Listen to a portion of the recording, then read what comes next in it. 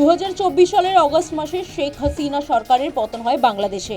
মোহাম্মদ ইউনূসের নেতৃত্বাধীন অন্তর্বর্তী সরকার দায়িত্ব নেওয়ার পর ভারতের সঙ্গে দ্বিপাক্ষিক সম্পর্কের টানাপোড়েন শুরু হয়। সম্পর্ক তলানিতে গিয়ে পৌঁছায়।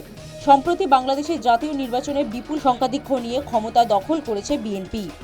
ভরাডুবি হয়েছে জামাতে।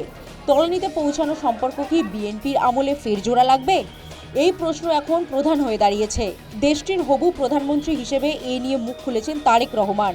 তিনি জানিয়েছেন, নতুন সরকারের বিদেশ নীতি নিয়ে নিজেদের অবস্থান স্পষ্ট করেছে বিএনপি। বাংলাদেশ ও বাংলাদেশিদের স্বার্থের ওপর নির্ভর করে বিদেশ নীতি তৈরি হবে। নাগরিকদের স্বার্থকে দেয়া হবে অগ্রাধিকার। ভারত বাংলাদেশ দ্বিপাক্ষিক সম্পর্ক জোড়া লাগা নিয়ে এখনই মন্তব্য করতে তিনি যে নারাজ তা তারেক স্পষ্ট করে দিয়েছে বলে মনে করছে কূটনৈতিক মহলের একাংশ। এদিকে প্রধানমন্ত্রী হিসেবে তারেক রহমানের শপথ অনুষ্ঠানে ভারত সহ 13টি দেশের রাষ্ট্রপ্রধানকে আমন্ত্রণ জানিয়েছে বিএনপি। শপথ অনুষ্ঠানে যাওয়ার কথা ছিল ভারতের প্রধানমন্ত্রী নরেন্দ্র মোদীর। প্রধানমন্ত্রী যাচ্ছেন না বলে খবর। এ নিয়ে শুরু হয়েছে জোর রাজনৈতিক তরজা। নয়াদিল্লির রাজনৈতিক আশ্রয়ে থাকা ক্ষমতাচ্যুত শেখ হাসিনাই কি বিএনপি সরকারের সঙ্গে ভারতের সম্পর্কের মেরামতির পথে কাটা, উঠছে প্রশ্ন। তবে নতুন সরকার শপথ নেবে তা নিয়ে শুরু হয়েছে জল্পনা। তবে সবকিছু ঠিকঠাক থাকলে আগামী 17 ফেব্রুয়ারি বাংলাদেশের নতুন সরকার শপথ নিতে পারে।